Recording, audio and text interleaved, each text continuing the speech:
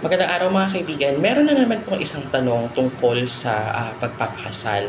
Kasi merong nagtanong sa akin na bakit daw yung tatay nila ay hindi nila namalayan na 2 beses pa lang ikinasal sa kanilang nanay at ang lumalabas ay ang kanilang nanay ang pangalawang asawa. Kasi nung kinuha na nila ito ng Sanumar sa PSA, lumalabas po na married ito sa unang asawa niya. Ngayon, ang tanong, paano nga ba nakakalusot yung mga tao na makakapagpakasal ng 2 beses nang hindi nalalaman?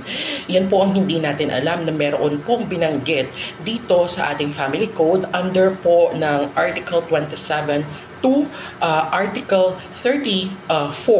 Diyan po nabanggit yung mga exemption to get a marriage license. Kung natatandaan po natin, binanggit ko doon sa unang video kanina na merong or nung nakaraang video na meron pong 5 requisites yung marriage. Merong 2 essential requisites at merong 3 formal requisites. So yung essential requisites, yun yung first is that the 2 contracting parties must be of a legal age. Pangalawa is that the consent freely given to the solemnizing officer. Doon naman sa formal requisites is that the authority of the solemnizing officer, so the solemnizing officer must be authorized to perform a marriage. Pangalawa is that a valid marriage license at ang pangatlo po ay the marriage ceremony that should be taken in front of the 2 contracting parties with the presence of at least 2 or not less than 2 witnesses of legal age. So yun yung 5 requisites. Ngayon, madalas ay hindi nakukomply yung pangalawang essential formal requisites, which is a valid marriage license. Bakit?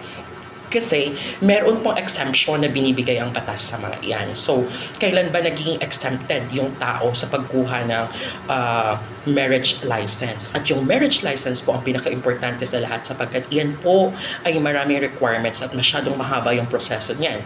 Sa marriage license kasi, pag kumuha ka niyan, kukuha ka niyan sa, kinukuha yan sa may civil registry or sa local municipal civil registry. So, pag pumunta ka doon, fill up ka ng certificate or yung form para kumuha ng marriage license. Syempre, hanapan ka ng ID, ng PSA birth certificate, tapos i-require ka nila ng Sanumar. At yung Sanumar po ay manggagaling sa PSA kung saan ito ay nagsasabi kung ikaw ba ay may record na ng kasal or annulled or wala pa or single. Tapos, aside from those requirements, syempre meron pa yan nire-require yung civil registry natin na mga yung seminar, yung mga Happy Family Life seminar, yung mga tawag dito, yung sa birth control and so on. Medyo marami yan eh. Pero madalas ino-offer yan ng simbahan. Tapos meron pa yan tinatawag na yung publication. Kaya nga sa simbahan, kapag nagsisimba tayo, minsan tinatawagan po ng pansin ang mga nakakilala kay ganito. Siya po ay ikakasal sa ganitong simbahan sa ganitong araw. So, yon kasama po ang publication dyan. So, yung part po ng valid marriage license, yan ang merong exemption.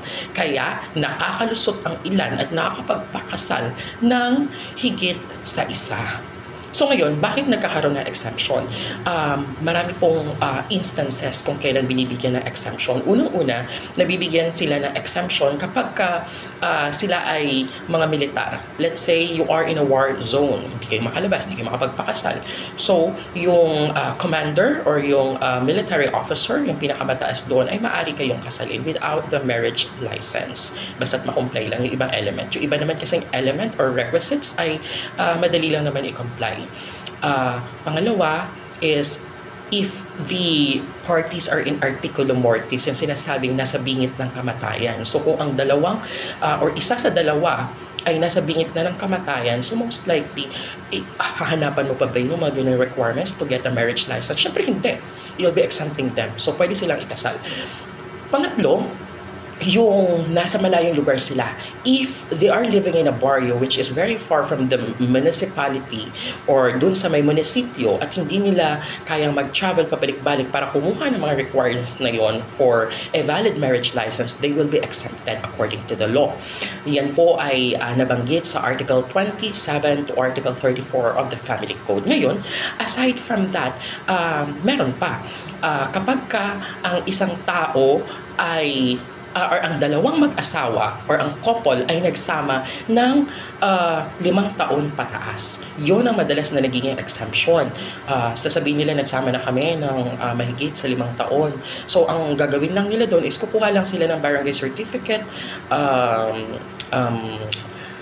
giving the proof na sila nga talaga ay mag-asawa na 5 taon na nakatira doon sa barangay na yun. So, yun yung mga exemption na nakita natin dito sa Family Code, which is actually ginagamit ng mga tao na gustong magpakasal ng maraming beses. Kaso, ang nagiging problema, ganun pa rin. PSA will just record the first valid marriage.